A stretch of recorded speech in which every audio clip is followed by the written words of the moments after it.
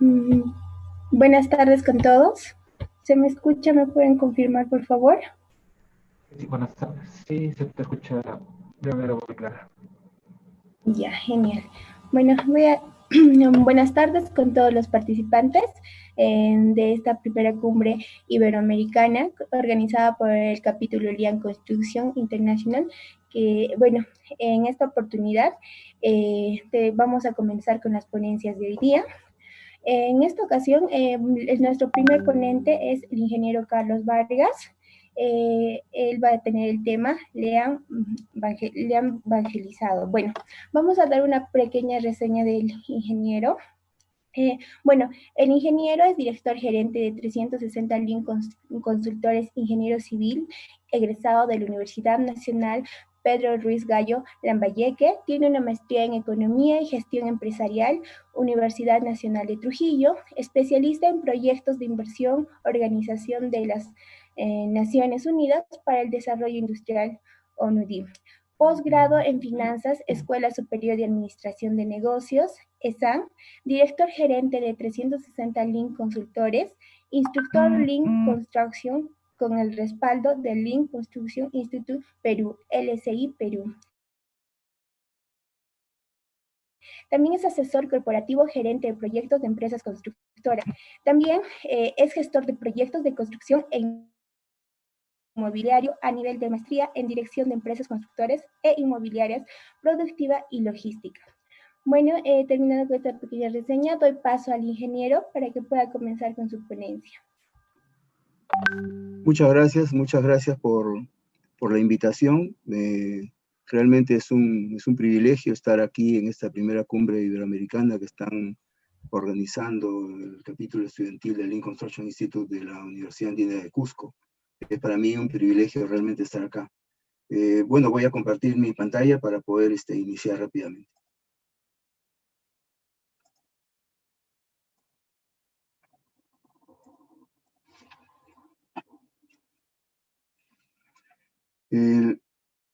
La ponencia se denomina Lean Evangelizando. Lean Evangelizando no es si tú buscas en Google, de repente no vas a encontrar qué es Lean Evangelizando. Acuñé más o menos esta expresión hace unos años en función a que de mi tarea, mi rol profesional, empresarial, pasé a un rol académico y estuve propalando la filosofía Lean en la academia, y actualmente lo hago, pero a nivel de maestría. He regresado nuevamente a los fueros empresariales, y Lean evangelizando significa, es como evangelizar, pero utilizando Lean, ¿no? ¿Y por qué? O sea, tenemos que saber por qué funciona esto, por qué es esto, ¿no? Y vamos a empezar. Tengo ahí un desarrollo que de repente lo podría explicar. Bueno, sobre mí ya dijeron, más o menos mi trayectoria en resumen. De repente la parte izquierda, inferior izquierda, están las redes sociales para quienes quieren seguir a 360 Lean o a mí. A veces ponemos material interesante para que puedan nutrir el conocimiento, que es la idea fundamental, ¿no? Bien, nosotros tenemos una traducción histórica en la construcción, más aún que está este evento gestionado, propalado, publicitado por mentes cusqueñas, ¿no? Entonces, esa es una maravilla del mundo, que es ya propiedad de la humanidad, que hasta ahora nos estamos preguntando de qué manera se hizo, ¿no? Sin embargo, aquí encontramos la doble cimentación, encontramos la viga, encontramos los muros encontrados, entrelazados, encontramos varias prácticas que hasta ahora nosotros usamos en construcción, sobre todo en edificación, ¿no? Esta es una muestra solamente de lo que tenemos acá en Perú, ¿no? En la parte superior derecha tenemos a Caral, que es una de las civilizaciones más antiguas del mundo, pero leyendo un blog hace, me parece que un poco más de un año, y me encontré con una cosa reveladora, ¿no? En todas estas civilizaciones, cuando se han hecho construcciones, inclusive hemos visto Machu Picchu, se han encontrado lo que nosotros llamamos en minería botaderos. Pues acá no se han encontrado. Y las herramientas con las que estaban usando, que fundamentalmente eran de madera, y que ya no servían, se han encontrado como ornamentos. Es decir, tenían una cultura de eliminación de desperdicios, esta civilización, al margen, digamos, de la infraestructura que daba, digamos, muy buena disposición de las áreas, la utilización de por dónde sale y por dónde entra el sol, la disponibilidad del viento para poder manejar, digamos, la energía eólica, etcétera. Es decir, conocimientos de ingeniería que nosotros como buenas prácticas las usamos hasta hoy. En la parte inferior derecha encontramos el baño de la Ñusta, que también es una revelación de la hidráulica, porque tiene, digamos, algunas connotaciones de tipo de cálculo hidráulico. Y más o menos, la cantidad de caudal que sale acá está dentro de la media más o menos de desviación estándar, de manera que, y eso es lo que nosotros usamos actualmente para poder corregir la variabilidad en las obras. Y en época de máximas avenidas crecen algunas plantas para disminuir el caudal, y en estiaje, digamos, tiene un sistema de eliminación de sedimentos. Entonces, tenemos una cultura de ingeniería y de construcción, ¿no? En la parte inferior izquierda, tenemos en Canas, en Cusco, este puente se hace todos los años. Todos los años se hace este puente, cerca de 500 a 600 personas de 4 comunidades se juntan con anticipación y hacen una especie de capacitación. Hacen sus diagramas de cómo van a hacer los movimientos en las operaciones. Generan prototipos con anticipación. Y hay todo un sistema de calidad para poder tener todos los moños con la misma presión, para que, digamos, se distribuyan todos los esfuerzos. Y se hace, digamos, el trabajo con anticipación, con antelación, y luego esto se hace en 1 o 2 días, rápidamente. Y es lo que hacemos ahora en las obras, ¿no? Las obras, lo que estamos haciendo justamente es, con anticipación, hacemos todo un sistema de planeación. Después hacemos una programación que, dependiendo de la naturaleza de la obra y la logística, puede ser hasta intermedia o a detalle. Luego vemos qué cosas nos impedirían para que esto no pueda funcionar. Es lo mismo que hacen en Canas, en Cusco. Y construimos digitalmente antes de meter el primer palanazo al suelo. O sea, construimos la obra de manera digital varias veces, todo el equipo. Aquí están como cerca de 500 personas, de 4 comunidades. Y en un par de días esto se hace. Y nosotros también trabajamos más o menos de esa forma, de manera que tenemos una tradición de la construcción que ahora, estudiando, digamos, todas las prácticas que hacían ancestralmente estas personas, por lo menos acá en Perú, vemos, digamos, un paralelo a lo que venimos haciendo hoy. Sin embargo, tenemos una gran diferencia entre nuestro crecimiento económico y nuestro desarrollo social. Esto define dos curvas, que aquí las he diagramado como funciones lineales, pero realmente son curvas, ¿no? Tenemos la curva de crecimiento, que siempre está arriba, y la curva de desarrollo, que siempre está abajo.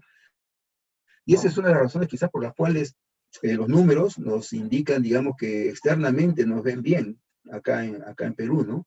Pero internamente tenemos la sensación de que nos falta algo. Nos faltan fundamentalmente oportunidades, ¿no? Entonces, el desarrollo va muy por abajo del crecimiento. Esta diferencia entre crecimiento y desarrollo que se ve en el tiempo son brechas. Y tenemos brechas económicas, brechas financieras, brechas sociales, brechas operativas, brechas de infraestructura, diferentes tipos de brechas. Nosotros aquí nos tenemos que referir a la brecha de infraestructura, que la infraestructura, si es que se pone en marcha, eso va a traer desarrollo a los pueblos, ¿no? Esta es la brecha de infraestructura, fíjate, del año 2008. Estuve dándome una vuelta por esta trayectoria de las brechas, y el año 2008 teníamos 37.780 millones de brecha, el año 2008. Y están distribuidas, como estás viendo, este es un periódico de la época, en más o menos estas ubicaciones, ¿no? En transporte, saneamiento, electricidad, y cada una con una tasa de participación. El año 2012, esta fue la brecha, 87.900, casi 88.000. ¿Y qué pasó? ¿Qué sucedió? Bueno, hay un crecimiento vegetativo de la población, hay ampliación de las fronteras de trabajo, generan un poco más de PEA a la nación, etc. Pero sin embargo, si nosotros vemos esta diferencia del 2008, que son más o menos 38.000 billones de dólares, contra 88.000, son 50.000 millones de dólares que se ha incrementado solamente desde el 2008 hasta el 2012. Un cálculo más cercano a nuestra fecha es el 2015. Ahí estamos con una brecha de casi 160.000 millones de dólares. Es decir, la brecha se va abriendo. Y la última que tenemos con 165.000 millones, que estamos a los 165 billones, que son 165.000 millones de dólares, ¿no? Bien, eso significa que tenemos todavía un camino por recorrer haciendo obras, ¿no? Y estas son obras fundamentalmente obras del Estado. Si nosotros vemos el incremento de todo lo que es el negocio de real estate en Estados Unidos, en Perú, o de negocios inmobiliarios, vemos bien también un franco crecimiento y una disminución del suelo. El suelo ha comenzado a ser bastante caro desde el boom inmobiliario hasta más o menos a comienzos del año pasado, ¿no? Pero vemos ahora que hay un decrecimiento del valor del suelo, y eso significa una oportunidad para los negocios inmobiliarios, ¿no? Y lo que estamos viendo con los programas que tenemos actualmente. Entonces, hay cosas que hacer. Tenemos cosas que hacer y necesitamos ingeniería y necesitamos personas que ejerzan un liderazgo tal que comprometan, digamos, esta reducción de brecha de infraestructura que hay acá en el Perú. ¿Quién acuñó el término Lean? Esto fue en una revista que se llama Sloan, Management Review. Esta es una revista que salió en 1988. Esta revista es del MIT, del Massachusetts Institute of Technology, ¿no? Y escribió un artículo ahí, John Claffey, sobre el tema del triunfo del sistema de producción Lean. El triunfo del sistema de producción Lean. Fue la primera persona que acuñó, digamos, este nombre, ¿no? Sin embargo, no es sino unos años después, muchos años después, James Womack y otros más escriben La máquina que cambió el mundo. Y La máquina que cambió el mundo es reveladora porque cuando se escribió, digamos, este libro, habla del sistema de producción Toyota. Cuando se escribió este libro, Toyota era pues un poquito menos que la mitad de General Motors, ¿no? En la actualidad Toyota ha superado no solo a General Motors, sino que es el fabricante de automóviles más grande del mundo actualmente. Por largo, ¿no? Este libro, que es un clásico de la gestión empresarial, fue el primer libro que dio a la luz, digamos, que sacó a la luz el sistema de producción Toyota. La máquina que cambió el mundo contrapone fundamentalmente dos sistemas radicalmente antagónicos de producción. La producción en masa, que estaba orientada fundamentalmente a la economía de escala, privilegiaba el stock de productos en proceso contra la producción Lean. Hace una diferencia bastante clara, ¿no? Y magistralmente expuesta justamente en este libro, ¿no? Este libro se basa en un estudio que hicieron justamente en el MIT también, que se denomina, por acá lo tengo, International Motor Bicycle Program, es del MIT. Y este estudio se hizo en más de 14 países y duró unos 5 o 6 años, me parece, de manera que ha recopilado toda el know-how que se había, digamos, en todo lo que es los sistemas de producción y lo esboza, digamos, acá en este libro, ¿no? Bien. Sin embargo, a partir de este libro, se generaron, digamos, algunas ideas de lo que es Lean, ¿no? Y decían que Lean era una cosa, Lean era otra cosa, Lean era otra cosa. Cada uno interpretaba Lean a su propia manera conforme lo había interpretado el libro, ¿no? Y no es sino después de unos años más que sale Niklas Modi y dice, bueno, señores, esto es Lean. Esto es Lean. Y desde un lenguaje bastante coloquial, con un ejemplo muy cotidiano que podría ser tu ejemplo, mi ejemplo, el ejemplo de cualquier persona. Una persona se siente mal, le diagnostican, digamos, una enfermedad y el médico le dice, bueno, tiene que hacerse una serie de análisis, ¿no? Lo que nos puede suceder cotidianamente, ¿no? Y resulta que eso demora una gran cantidad de tiempo y la persona en cuestión se da cuenta que la parte productiva realmente tiene muy poco tiempo y que había una parte que era no contributoria, que era la que hacía que se elongue la cantidad de plazo total de la entrega de estos estudios, ¿no? Y en función a eso comienzan a lucubrar y comienzan a pensar de qué manera podemos eliminar todas estas partes no contributorias con el propósito de que los procesos sean más esbeltos, sean más livianos, sean desengrasados, sean lean.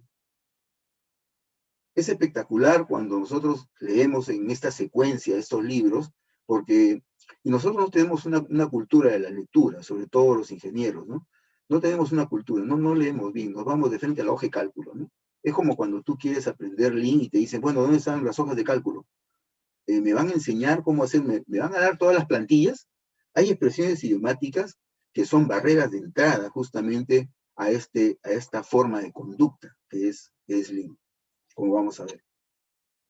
Entonces Lean es algo desengrasado, ¿no? Si quisieras más o menos esbozar desde el punto de vista muy objetivo que es Lean, es como si fuera una carne sin grasa, sin hueso y sin grasa, pura pulpa, más o menos, ¿no? Bien.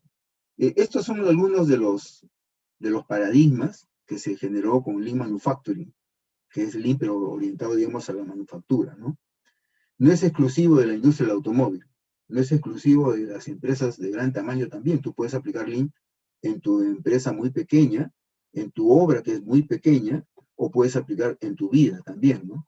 Y no es exclusivo tampoco del sector industrial, ¿no? Hay muchas empresas ahora de servicios que están haciendo Lean Management, ¿no? Lean está ubicado, digamos, en muchos aspectos del mundo económico, ¿no? La contabilidad, por ejemplo, está dando cuenta de que es Lean, y hay un Lean Accounting, ¿no? Lean Accounting que está intentando eliminar la cantidad de procesos contables, de procesos económicos, de actividades financieras que están generando sobrecostos. Y en función a las actividades que generan flujos de caja, que generan estados de resultados o que generan una presentación de un balance, por ejemplo, se comienzan a poner más esbeltos todos los procesos con el propósito de poder aliviar todos estos costos de operación que involucran, digamos, el accionar común de la contabilidad. Esto, por ejemplo, ha sido revelador, porque esto no había. Y si tú te das una vuelta más o menos por Google, te vas a dar cuenta de la cantidad de cursos que hay sobre Lean Accounting, ¿no? Acá en nuestro país, por ejemplo, todavía no tenemos, no he visto, por lo menos nadie me ha comentado, que hay un curso de estos, ¿no? Pero sí sé que de manera individual las organizaciones, sobre todo las del sistema financiero y de servicios, como los negocios retail, ya están inmersos en este tema de Lean Accounting.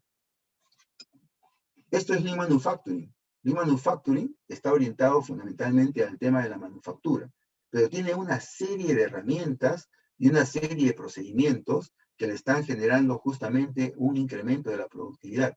Reducen una gran cantidad de actividades que no le generan valor y propulsan, digamos, el tema de la producción con el propósito de que por cada unidad de producto elaborado tienen una cantidad menos de recurso utilizado. Y esto es Lean Construction. Lean Construction tiene, digamos, estos principios, ¿no? Pero fundamentalmente se centra en el respeto por las personas, ¿no? Optimizarlo todo, es decir, llegar, digamos, a generar un trabajo no solamente de excelencia, sino un trabajo superior a eso, minimizar el desperdicio, focalizarnos en el flujo y en el proceso fundamentalmente para poder hacer sistemas livianos, continuos y que no paren, generar valor al cliente interno y al cliente externo, es decir, tenemos un sistema de trabajo cliente-proveedor y a nuestro cliente tenemos que generarle valor, ¿no? Y todo bajo una cultura de mejoramiento continuo, ¿no? Esto, digamos, ya lo hemos escuchado mucho en lo referente a todos estos webinars que hemos venido viendo con este tema de la pandemia, de manera que por eso lo estoy prácticamente resumiendo, es decir, estoy cogiendo todos los insumos que necesito para poder expresar qué es el evangelizando. Vamos a darnos una vuelta rápidamente por un timeline de la administración de proyectos. ¿Qué ha sucedido? Fíjate, desde el año 1950 hasta el año 2000 nada más, todo el conocimiento que ha habido en la administración de proyectos. Tenemos primero la ruta crítica en 1950, el desplazamiento de todas las actividades cuyas holguras totales son cero, y estas están concatenadas de inicio a fin. Significa que esas actividades que están alineadas con ese propósito no pueden demorar más tiempo, porque si se demora más tiempo, se demora en esa proporción la entrega total del proyecto. Más o menos eso es lo que reza la ruta crítica, ¿no? Lo hemos aprendido así como la tabla del 5, del 6, del 7, del 8. El PMI, que es el Project Management Institute, propala, digamos, su guía de administración de proyectos. Esta guía la hemos tenido hasta el año 2013 con la 5ª edición. Más o menos no ha habido mucha modificación. La más saltante de repente puede ser donde ya no es control, sino seguimiento y control, ¿no? Y se han incorporado, digamos, un PMBOK específico para la construcción. Luego salió el año 2017 la 6ª edición, donde tiene, digamos, un anexo, un adicional que es Agile, y Agile lo que hace no es sino que la parte ágil del proceso de conducción de un proyecto, ¿no?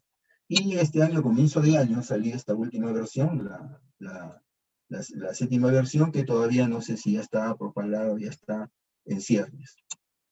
La teoría de restricciones, el Yahoo Golder del año 84, inicia el recorrido de teoría de restricciones muy interesante y muy aparente, porque parte de esta forma de trabajo, de esta forma de generar procesos en producción, fue tomada después por las Planner también. Y en esta evolución de la teoría de restricciones, saca un primer libro que se llama La Meta, que recomiendo, hay un video también en internet para que lo puedan ver, donde nos da algunas lecciones de cómo son los procesos de productivos esbeltos, la eliminación de los cuellos de botella, y fundamentalmente cuál es la meta de los negocios, ¿no? La teoría de restricciones tiene 5 pasos que normalmente siempre lo hacemos de manera, no específicamente con estos nombres, pero cuando desarrollamos algunos sistemas de producción dentro de la construcción, hacemos este trabajo de teoría de restricciones. Luego viene el año 92 con Lean Construction. Esta es la presentación de Lauri Cosquela, sino que está traducida al español, respecto al Lean Construction. Lean Construction fundamentalmente tiene 2 orientaciones, ¿no? La primera orientación, que se dedica, digamos, a maximizar el valor del cliente, y la segunda orientación, que es minimizar el desperdicio. Esto es denominado como construcción sin pérdidas, ¿no? Entonces, tenemos ya una forma bastante expresiva de poder determinar qué acciones tenemos que hacer para poder llegar a este propósito. Después, el año 95, viene Scrum. Scrum ha sido revelador los últimos años porque se ha estado aplicando para la construcción. Cuando estoy hablando de esto, estoy hablando del mundo, ¿no? Acá tenemos en Perú una obra ya que se ha hecho, se ha documentado con este sistema de trabajo Scrum, que fundamentalmente tiene un Product Owner, que es la persona que es el contacto con el proyecto y el cliente, tiene un Scrum Master, que es la persona que conoce más el proyecto, y tiene un equipo de trabajo que está, digamos, seleccionado en función a entregas como si fueran por partes, en función a objetivos y metas que son bastante claras, que son a veces reiterativas y a veces son, digamos, como entregables, ¿no? Estos sistemas de trabajo, esa característica tiene este sistema de trabajo.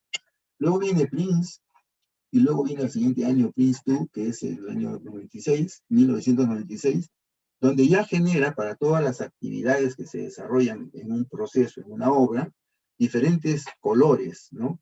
Que los colores pueden ir cambiando dependiendo si esto, digamos, es desde el punto de vista de la gestión, de la dirección, de la entrega, o de manera corporativa, ¿no? Luego viene Cadena Crítica en el año 97, donde lo más relevante de todo es el concepto del buffer, ¿no?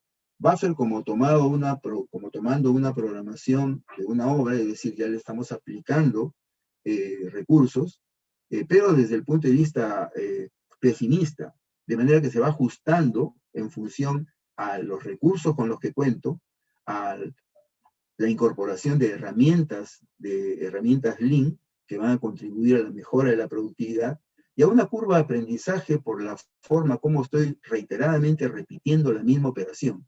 Entonces, estas características tiene, digamos, el tema de buffer, de tal manera que nosotros podríamos, en función a lo que acabo de decir, hacer, digamos, una obra en menos tiempo. Y luego el año 2000 viene Glenn Ballard con Gregory Howell, y proponen, digamos, Last Planner, ¿no? Last Planner tiene 2 momentos, el momento de la planificación y el momento de la programación. Entonces, el momento de la planificación es el qué se tiene que hacer. ¿Qué se va a hacer? Esto se tiene que hacer. Muy bien.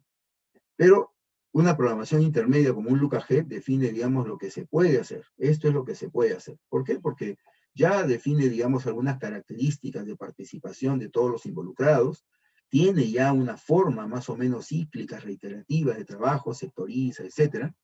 Ha hecho un sistema pool, ¿no? Y dice esto es lo que se puede hacer. Muy bien. Y después hay un sistema de restricciones o impedimentos o limitaciones, ¿no? Que tenemos que determinar si es que nosotros levantamos eso para poder hacer la programación semanal. Y la programación, esto es lo que se hará. Programación semanal, esto es lo que se hará. Muy bien. Se ejecuta la semana de trabajo y tenemos entonces después, esto es lo que se hizo. Y vamos a hacer algunas mediciones, como el PPC, que lo único que mide es qué tan confiables son las promesas que he hecho dentro del proceso de producción. Los CI, que son las causas de incumplimiento o razones de no cumplimiento, también se denominan, que en el interín de poder generar, digamos, que no vuelva a repetirse, digamos, este problema, generamos algunas prácticas y al final están definidos en un documento final que se entrega, digamos, a la empresa, ¿no? Que son las lecciones aprendidas. Y además de eso, también se calcula el RUP, que es el ratio único de productividad, o también denominado índice de productividad. Calculamos la desviación estándar, calculamos la varianza, la covarianza, de tal manera que medimos justamente la variabilidad en función a la estadística de la variación que tienen las actividades en proceso. A partir de ahí, cogemos otra vez la parte del planeamiento, agrupamos nuevamente un número de cantidad de tiempo como número de semanas, y luego hacemos otro Lucajet o otra programación intermedia, y así sucesivamente. Esto es entonces un sistema. Lab Planner no es una herramienta, no es un método, es un sistema de trabajo, porque tiene, digamos, una ciclicidad y está orientado justamente a determinar partes de un todo que se van concatenando en función al sistema productivo. Bien, ¿qué es esto? Me dirán, bueno, parecen unos tubos, son unas barandas. No, son garrochas. Es decir, nos estamos saltando a la garrocha. Nos estamos saltando a la garrocha. Hemos pasado desde ruta crítica, normalmente estudiamos ruta críticas en la universidad, y estamos pasando hasta Lab Planner, que es un sistema de trabajo donde, para poder entenderlo muy bien, hemos tenido que pasar toda esta trayectoria. Sin embargo, estamos dejando un poco la parte filosófica, que es la parte de ideas, la parte del comportamiento de las personas, la parte de las creencias de las personas, las actitudes que tienen las personas. Entonces, no estamos compitiendo entre herramientas, entre sistemas, entre métodos. Los demás sí están compitiendo entre ellos, pero Lean no, es una filosofía, es una forma de conducta, es una forma de actuación dentro del proceso de producción y dentro de la construcción, Lean Construction. Entonces, nos estamos saltando la garrocha porque no tenemos, digamos, una secuencia establecida de todo el conocimiento. Todo este conocimiento que nosotros lo hemos debido pasar en el tiempo, lo estamos resumiendo pues a días, a semanas. Tenemos que aprenderlo todo en semanas para poder entender lo último que tenemos que sí está funcionando muy bien. Y luego tenemos las herramientas, ¿no? Herramientas Lean. Esta es una gran cantidad de herramientas. Fíjate, acá está dentro del sistema de producción Toyota todas las herramientas que se usan en función a la condición, es decir, en qué momento, la oportunidad, ¿no? Hay quienes han puesto todo esto, por ejemplo, como si fuera una tabla periódica, ¿no? Para que se pueda entender mejor. Puede tener múltiples presentaciones, pero esta es la presentación, digamos, mucho más elocuente en función al sistema de producción Toyota. Son herramientas Lean. Y tenemos acá que estas herramientas, una vez que tú las sabes y las conoces, las puedes aplicar al día siguiente del aprendizaje. Tú las aprendes hoy y las puedes aplicar al día siguiente, ¿no? Esta es la progresión de Lean Construction. Hábitos, herramientas, procesos, visión, teoría. Pero acá a la derecha tenemos, ¿qué es lo que quieres? ¿Resultados? ¿Quieres un sistema? ¿O quieres formar una cultura Lean?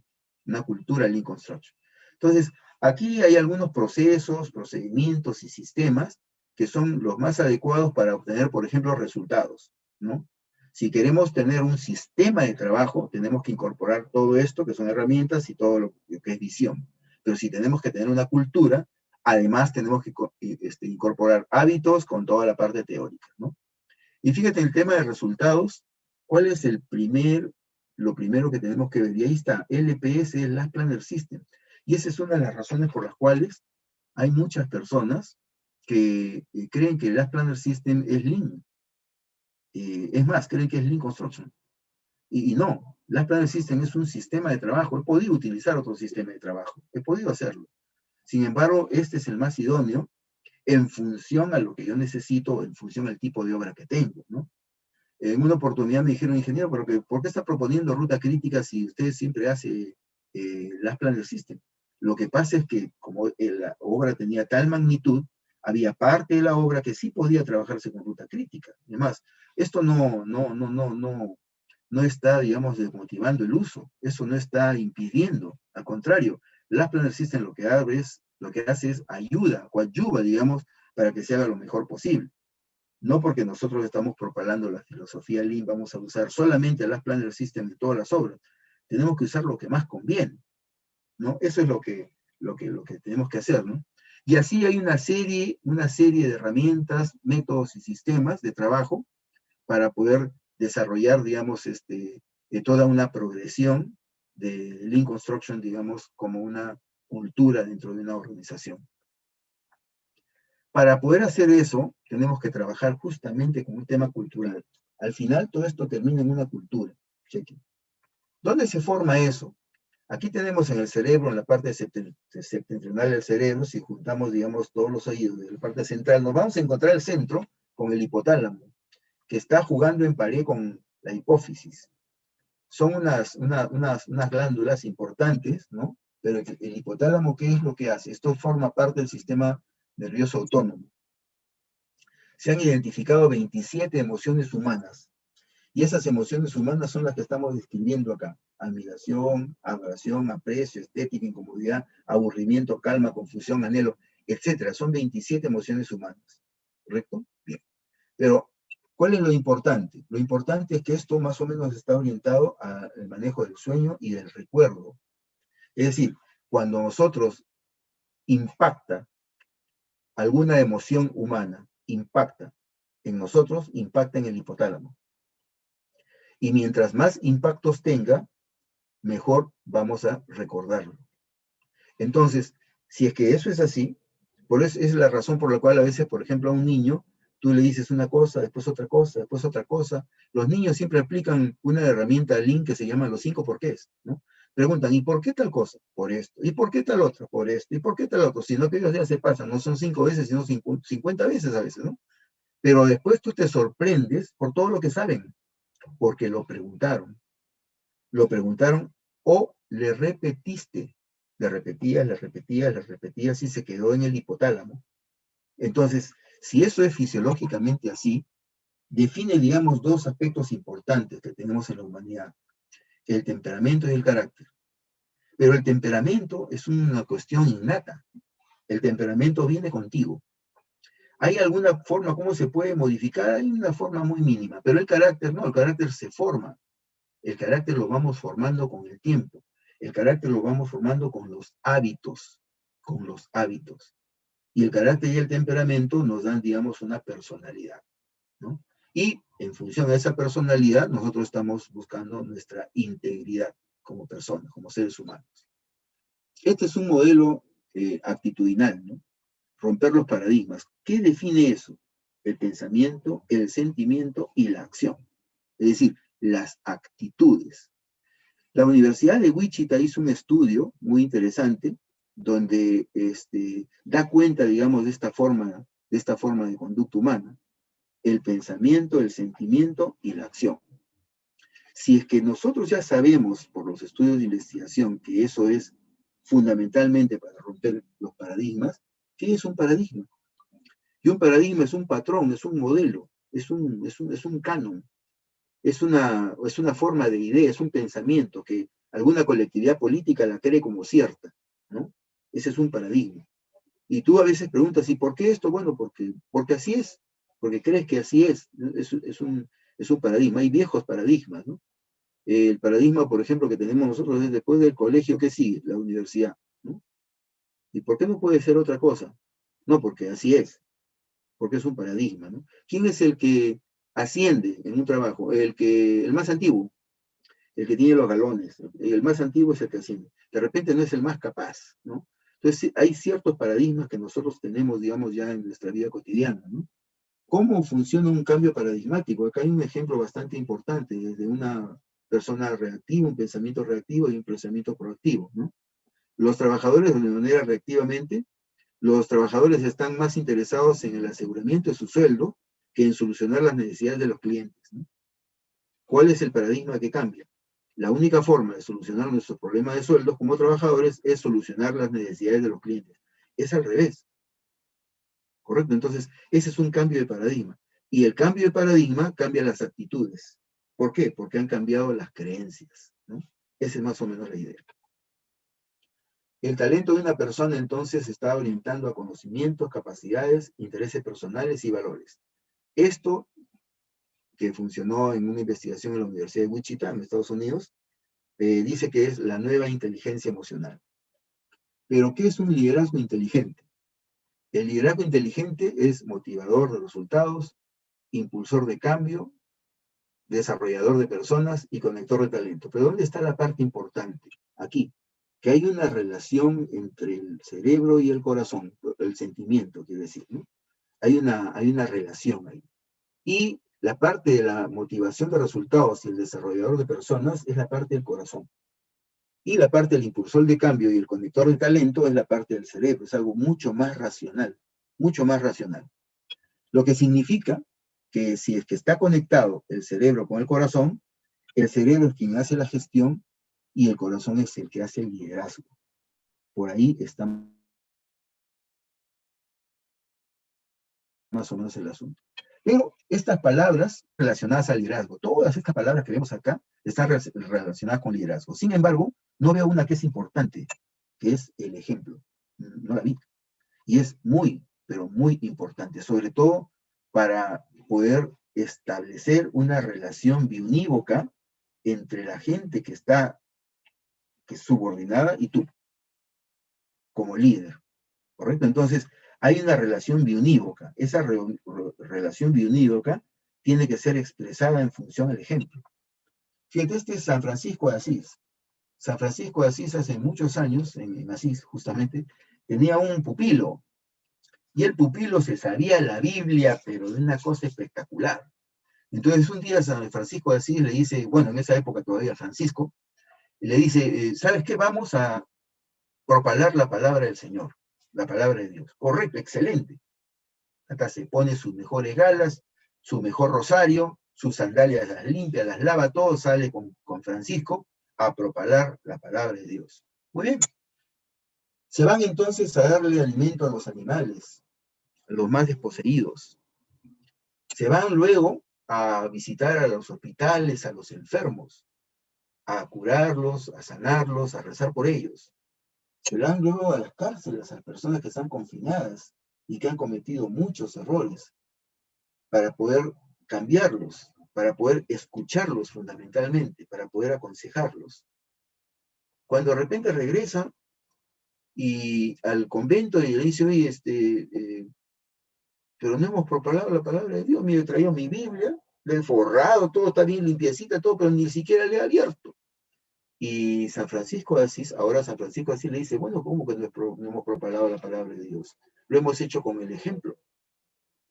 Y ese es un mensaje importante, porque lo que estaba haciendo San Francisco de Asís con el ejemplo era evangelizando a las personas, cambiándoles la mente, dándoles una oportunidad, definiendo una forma diferente para que puedan generarle valor a su vida. Eso es lo que estaba haciendo. Y esa es la parte que nos falta del liderazgo. Encontré esto en Instagram, dice, no importa qué tan lento vayas siempre que no te detengas, ¿no? Esto es de marketing plural, creo que se llama. Me interesó esta presentación. La filosofía Lean empieza con el sistema Toyota. Después entra el Lean Production, en todo lo que es la parte productiva, y se queda, digamos, en la manufactura. Luego viene Lauri Cosquela y aplica todo lo necesario a la construcción. Esa es más o menos la trayectoria de esta filosofía, ¿no? Pero ¿qué es una filosofía? ¿Qué es una filosofía? Y aquí, digamos, esto es hecho por la Real Academia Española, de lo que es una filosofía. Conjunto de reflexiones sobre la esencia, propiedades y causas de los efectos de cosas naturales, especialmente sobre el hombre y el universo. No dice mucho realmente que es una filosofía, ¿no? Sin embargo, caramba.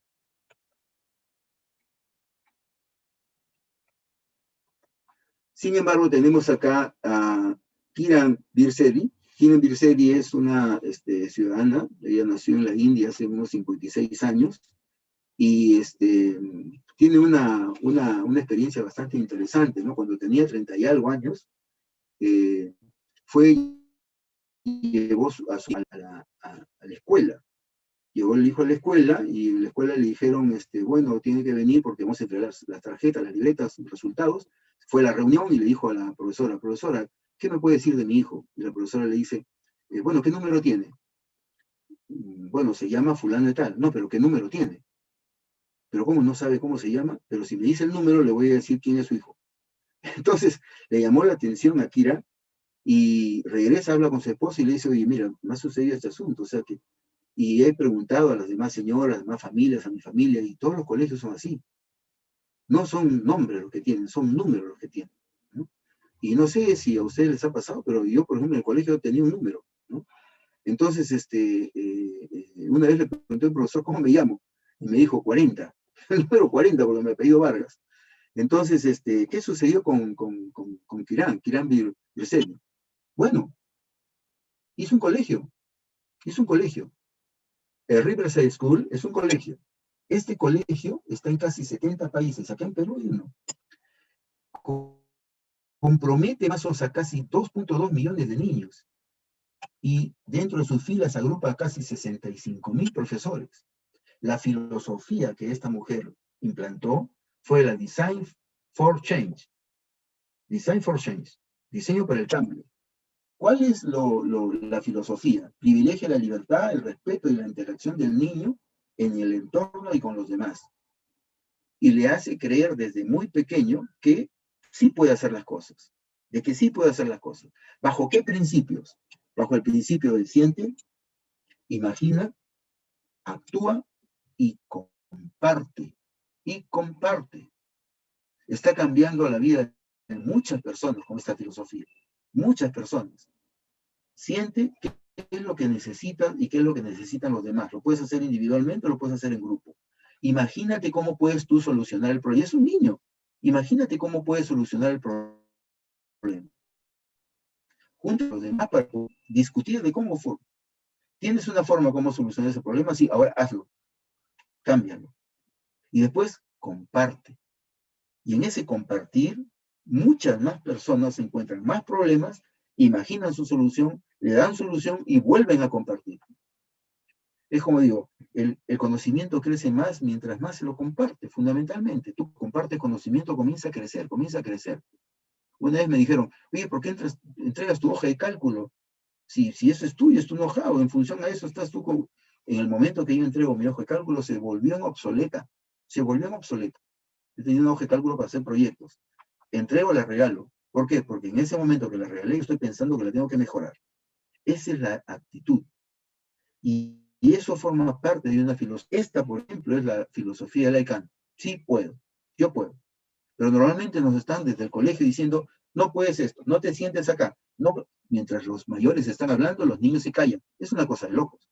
No hay libertad. De manera que cuando ya tenemos una voz por ahí, cuando ya tenemos una cantidad de tiempo, una cantidad de años, se convierte esto en libertinaje. Y después decimos, qué malcriados que son. Pero si no los hemos enseñado a ser libres. Esa es una filosofía, una forma de conducta.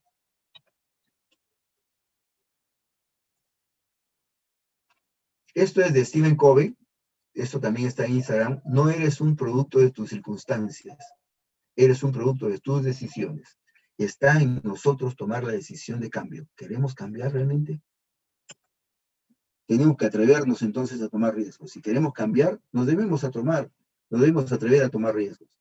El riesgo no es malo, siempre que sea calculado y siempre que estemos preparados para eso. ¿Ven este pez que está a la izquierda? Este pez dentro de muy poco se queda sin oxígeno. Ve una pecera que estaba ahí y dice, hay dos oportunidades. Salto y me caigo y voy a morir. Salto y llego a la nueva pecera y tengo oxígeno. Hay dos oportunidades. Pero ¿qué es lo que sucedió? Se atrevió a cambiar. Se arriesgó. Obviamente ha debido medir su riesgo, calcular el riesgo y de haber estado preparado físicamente para poder tomar esa decisión. Pero esa es decisión que tenemos que tomar nosotros. El poder de la mente es inconmensurable. No sé si ustedes están leyendo, estos son letras y números. No he contado todavía el tiempo, pero más o menos yo cuento hasta 15, llamo a una persona y me dice todo lo que dice acá. Este mensaje sirve para probar cómo nuestras mentes pueden hacer cosas maravillosas, cosas impresionantes. Es decir, son letras y números, pero sin embargo estamos leyendo ya. Esto puede ser una clave, un código, etcétera, etcétera, etcétera, ¿no? La mente es impresionante. Stephen Covey, en su libro Los 7 hábitos de la gente altamente efectiva, nos indica lo siguiente respecto al tema de la mente. Tenemos un círculo de influencia y un círculo de preocupación. Normalmente, cuando nosotros estamos agobiados por el trabajo día a día, cotidiano, etcétera, y somos muy reactivos, cualquier cosa que nos llega, reaccionamos rápidamente, nuestro círculo de preocupación está cerrando el círculo de influencia que es concéntrico.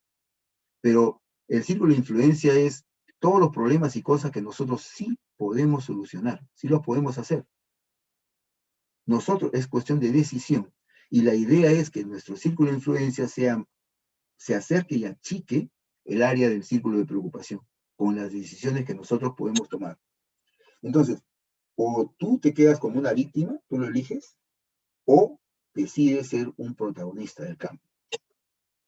Esto es Ikigai, perdón. Ikigai fue un conocimiento que yo no tenía. Me choqué con esto el año pasado en una reunión interna que hizo Juan Luis Salvatierra, y me pareció impresionante, de tal forma que te ayuda para que tú sepas cuál es tu rol en la vida, cuál es tu propósito en la vida. Y esto lo utilizan los japoneses. Y eso es lo que debemos hacer, porque las personas, nuestros colaboradores, las personas con las que trabajamos, tienen que saber por qué hacen las cosas. ¿Por qué hacen las cosas? No es un número, no es una chapa, no es solamente un grupo, no es una cuadrilla la que tiene que hacer. Son personas que tienen problemas que son las mismas personas. Tú sabes cuál es el alcance, cuál es el propósito, tú sabes. Esas personas tienen que saber cuál es el propósito de su trabajo. Tienen que conocer cuál es el propósito. Eso es muy importante porque eso no solamente contribuye al mejoramiento del clima laboral dentro de una organización, dentro de una obra, sino genera también espacios para la productividad. Y lo he probado y funciona, funciona. Eso es el liderazgo inteligente. Este es el pensamiento Lean que se orienta fundamentalmente por el respeto por las personas. Tenemos algo ya importante con lo que poder trabajar. Tenemos algo importante por lo que nosotros podemos cambiar. Si nosotros quisiéramos, por ejemplo, clavar un clavo, yo creo que utilizaríamos el mejor martillo posible. El mejor martillo posible. Así es Lean. Lean Construction es lo mejor que nos ha podido pasar. Lean Construction es, de repente, la filosofía que en los últimos 60 años ha generado mayor valor a quienes la propagan, a quienes la usan, quienes han generado un cambio. Y yo utilizaría, digamos, el mejor martillo, no utilizaría martillo chueco, martillo flojo, martillo descalibrado, no. Utilizaría el mejor. ¿Por qué? Porque me puedo golpear. Y esto es la utilización. Tú llegas la primera vez propagando esto, empleando estas ideas, estas formas de conducta, ¿te van a salir las cosas? Definitivamente no te van a salir. Tú de repente eres el único que estás arando en el mar, y los demás no te entienden bien o no saben de qué se trata o no quieren cambiar. No quieren cambiar. Porque el aspecto fundamental es que ahora no es una época de cambios, estamos en un cambio de época. Tenemos que entenderlo así. Y tenemos que ir cambiando. Porque fíjate, los que cambiamos de repente no somos los que ganamos. Pero no sabemos si vamos a ganar los que cambiamos. Porque los que no cambian, sí van a perder. ¿No te has dado cuenta de eso? Sí van a perder. Siempre te quedas con lo anterior, pierdes. Pierdes oportunidades. Puedes elegir el mejor martillo, te vas a dar en el dedo en algún momento, sí, pero vas a encontrar la manera cómo poder eliminar todo lo que no está dentro de tu proceso de calidad. De una forma, de otra forma, pidiendo ayuda probablemente, ejerciendo, digamos, algunos procesos que no son, ¿qué te digo?, muy razonables a veces, porque ese es el cambio de paradigma, hacer cosas que normalmente, cotidianamente no las harías. Y en un sistema de mejora permanente, vas a lograr la mejor manera como hacerlo. Ese es un pensamiento libre. Ahora, a lo largo del tiempo, he venido, la academia ha venido propagando este pensamiento Lean. Y propagar el pensamiento Lean es como la vez pasada que hemos estado hablando de San Francisco de Asís, es evangelizando. Es decir, es evangelizar, pero desde el punto de vista Lean, ¿correcto? Y eso genera, digamos, una empatía que tiene que ser osmótica, de contacto, pero de contacto mental. Desde las etapas tempranas de un proyecto hacemos eso, pues de las etapas tempranas de las canteras de las universidades tenemos que hacer eso. Formar equipos de liderazgo, como lo han formado, por ejemplo, en el Cusco, el capítulo de Lean Construction, estudiantil, para poder definir desde las etapas tempranas de qué manera nos vamos a conducir en la vida, de qué manera nos vamos a conducir en el mundo, conducir las organizaciones, las obras. Esto no es irse al lugar de los hechos, ahí se tiene que ir. Y hay que propagar Lean no solamente con los ingenieros, con el staff, sino a todas las personas que tienen contacto con el producto terminado valorizable. Esa es la actitud. El trabajo tiene que ser un trabajo colaborativo, si no, no va a funcionar. Es un trabajo colaborativo. Me gustó este grabado y este grabado también. Estos burritos, por ejemplo, no pueden comer, pero si se ayudan entre ellos, comen ambos su ración, ¿no? Es un trabajo colaborativo. ¿Qué son secuoyas? Ya para terminar. Las secuoyas son unos árboles esporádicos, que tienen esporas en sus hojas, muy altos. Estas secuoyas tienen una altura más o menos casi 100 metros, un poco más de 100 metros, que son 126 metros, me parece que es la secuoya más alta que se ha registrado, ¿no? Su base tiene diámetros de más o menos unos 10 metros, ¿no? Y tienen 2000 años. El más antiguo me parece que es de 2000 y pico de años, que se le ha calculado con el carbono 14. Pero, ¿qué pasa con estas secuoyas? Son completamente verticales. Tienen una base increíble donde tú puedes pasar debajo, los autos pasan por debajo, ¿no? En este famoso parque, ¿qué pasa con estas secuoyas? Son completamente verticales.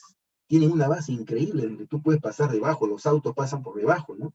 En este famoso parque de Redwood, que no sé, yo la noticia el día de ayer que ha empezado un incendio también allá, esto está al norte de California, al norte de San Francisco,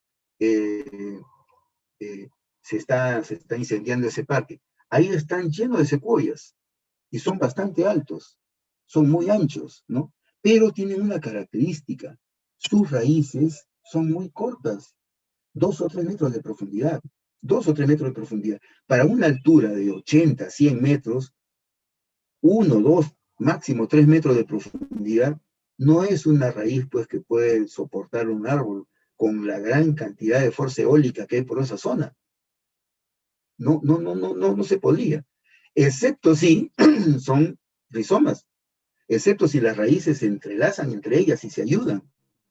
Y es una cosa increíble porque leyendo más, estudiando más sobre las secuoyas, como son esporádicas, no sé si se ven acá las hojas que tienen unas esporas, se va cayendo acá, el viento las va reuniendo con una gran cantidad y por la humedad nace otro árbol.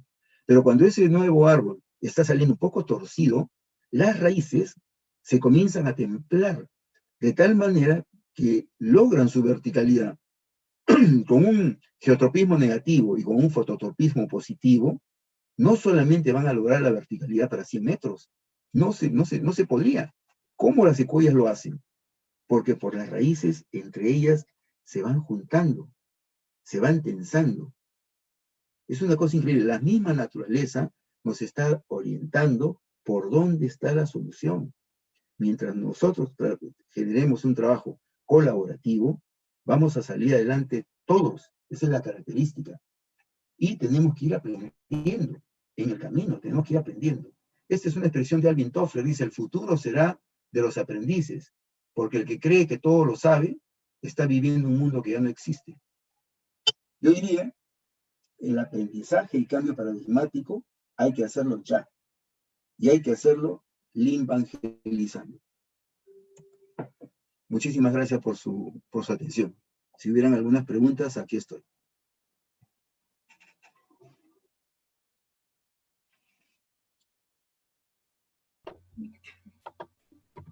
Bueno, ¿se me escucha? Disculpen. Muchas gracias por esta magnífica ponencia, ingeniero Carlos Vargas. Bueno, pasaremos a absorber algunas dudas que se han presentado. Bueno, tenemos una pregunta de de la señorita Alina Cardeña Wilca. Nos dice, ¿por qué cree usted que en algunas universidades del Perú se sigue formando ingenieros con conocimientos basados en ruta crítica y no se implementa la enseñanza BIM y Lean Construction? Una excelente pregunta, porque hay muchas personas, por ejemplo, que de mi época, de mi promoción, que no entienden todavía el tema este de la mejora continua. Hay un paradigma de quedarte con lo sabido, ¿no? Y realmente esas personas ya viven en un mundo que, como dice Toffler, ya no existe ese mundo, ya no existe. Estamos en un mundo completamente diferente, un mundo distinto. Ahora tenemos, por ejemplo, sistemas de trabajo. Hace muy poco hemos estado conversando cómo lanzar una obra que es el local acá en Trujillo, y estos sistemas de contactless son los sistemas que han venido para quedarse, porque ya que sabemos hace 2 meses que este virus muta y ha mutado ya 4 veces, y que no es el único virus que va a venir, tenemos que estar ya atentos con los sistemas de contactless. Y contactless normalmente está en los servicios retail, en los servicios de entregas rápidas, pero no en la construcción. De manera que todo este involucramiento, digamos, de las cuestiones digitales a la obra, este desarrollo digital, esta participación digital, es urgente, es muy urgente. Normalmente las universidades no tienen la velocidad de cambio que las empresas. Debemos imprimir mayor velocidad de cambio. Me he dado cuenta, por ejemplo, que no en todas, menos mal, pero en muchas universidades hay docentes, por ejemplo, que solamente enseñan. Y enseñan con un cuaderno, enseñan con una partitura, enseñan con una carpeta, donde todos sus archivos, todos los ciclos es lo mismo. Y eso ya no funciona en la idea de mejoramiento continuo. No tienen la idea de mejoramiento continuo. No la tienen. Entonces, si enseñan más de lo mismo, vamos a obtener entonces unos productos terminados, que es lo que el mercado necesita. Yo creo que así como se revisan las mallas, se tienen que revisar también las actitudes que tienen los docentes en las universidades, ¿no? Hay, por ejemplo, personas que son ingenieros y después no han estudiado más, y les seguimos diciendo ingenieros, ¿no es cierto? Pero ya no han estudiado más, ya no se han reciclado, ya no hacen obras. ¿Qué es lo que hacen? Solamente enseñan. Entonces, por ahí más o menos va el asunto. El asunto va porque este cambio de paradigmas necesita un cambio de actitudes y un cambio de creencias. Muchas gracias, ingeniero. También continuamos con otra pregunta. El del Pumacayo nos dice, ¿cuánto tiempo podría tomar implementar esta filosofía en el sector minero? Gracias y felicidades por su exposición. No solo en el sector minero, sino en cualquier sector. Aquí tenemos que hacer una diferencia. O estamos hablando del Lean, o estamos hablando del Lean Construction, ¿no? Porque el Lean está presente en toda actividad económica, ¿no? Como hemos visto. Pero si estamos hablando del Lean Construction, esto me hace recordar, digamos, una vez un cliente me preguntó lo siguiente, ¿no? Me dice, Carlos, mira, te quiero contratar para poder implementar Lean acá en mi organización. Es una constructora que tenía en esa época casi 22 o 24% de participación en el mercado, era importante. Me interesé y me preguntó, tengo 2 preguntas para ti. ¿Cuáles son? Muy bien. Primero, ¿cuánto me va a costar? Y segundo, ¿en cuánto tiempo tengo resultados? Entonces, yo le dije, para la primera pregunta, la respuesta es no sé. Pero para la segunda, la respuesta es no sé. Porque no sabemos cuánto va a costar ni cuánto tiempo va a demandar. No sabemos. No podemos dar una norma, así como BIM, no podemos dar una norma que dice, ya desde la próxima semana, desde tal fecha, todo va a ser BIM. Todo proyecto de inversión pública que hagas, lo tienes que presentar con BIM. Muy bien. Sí podemos hacer porque es una herramienta, pero lo que no podemos decir es, a partir de mañana, todos van a pensar de esta manera. Es difícil hacerlo. Todos van a actuar de esta forma. Es decir, es como que te cambio de religión. ¿Cuánto tiempo puede demandarte cambiarte de religión? ¿Cuánto tiempo puede demandar? Y yo te digo, puede ser 1 hora quizás, puede ser 5 días, 5 semanas, 5 meses, 5 obras que tengas, o 5 años podrían ser. ¿De qué depende? Del fenómeno paradigmático que cambia aquí en tu hipotálamo. Por eso es que estamos hablando del hipotálamo. El fenómeno paradigmático tiene que cambiar en tu hipotálamo. Ese, por ejemplo, hay cosas que nos cambian la vida. Hay cosas que nos cambian la vida. Yo conozco una persona, por ejemplo, que leyó la Biblia y le cambió la vida. Conozco a otra persona que murió su padre y le cambió la vida. Así funciona. Fenómenos paradigmáticos.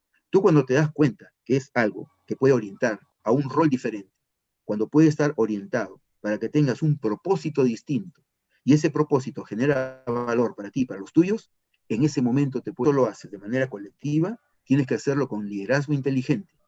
Liderazgo inteligente. El cerebro para la gestión, el corazón para el liderazgo. De esa forma cambia, de manera que la respuesta no tiene un tiempo, la respuesta no tiene un costo, pero sí la respuesta tiene actitudes positivas que estén orientadas a lograr metas duraderas, logros duraderos. Ahí está más o menos la idea. Porque cada persona tiene que conocer su propósito. La gente tiene que saber para qué hace las cosas. Tiene que saberla. Entonces, yo puedo preguntar, ¿qué es lo que hace, por ejemplo, Lenovo?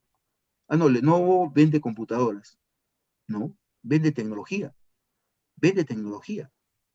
¿Qué es lo que hace, por ejemplo, ReFate? ¿Qué es lo que hace, por ejemplo, Computer Associates? ¿Qué es lo que hace Eagle? ¿Qué es lo que hace Microsoft? Vende programas de computación, ¿no? Vende soluciones empresariales generadoras de valor, que es diferente, es distinto, es distinto. Es como tener ese cambio paradigmático, tienes que cambiar tu paradigma. ¿Para qué estás haciendo ese grupo de viviendas? No hago casitas porque me van a pagar, pues. No, estás generando, estás contribuyendo a la sociedad con la célula más importante de la humanidad, que es la familia. Y tienes que hacerlo bien. Esa es más o menos la idea.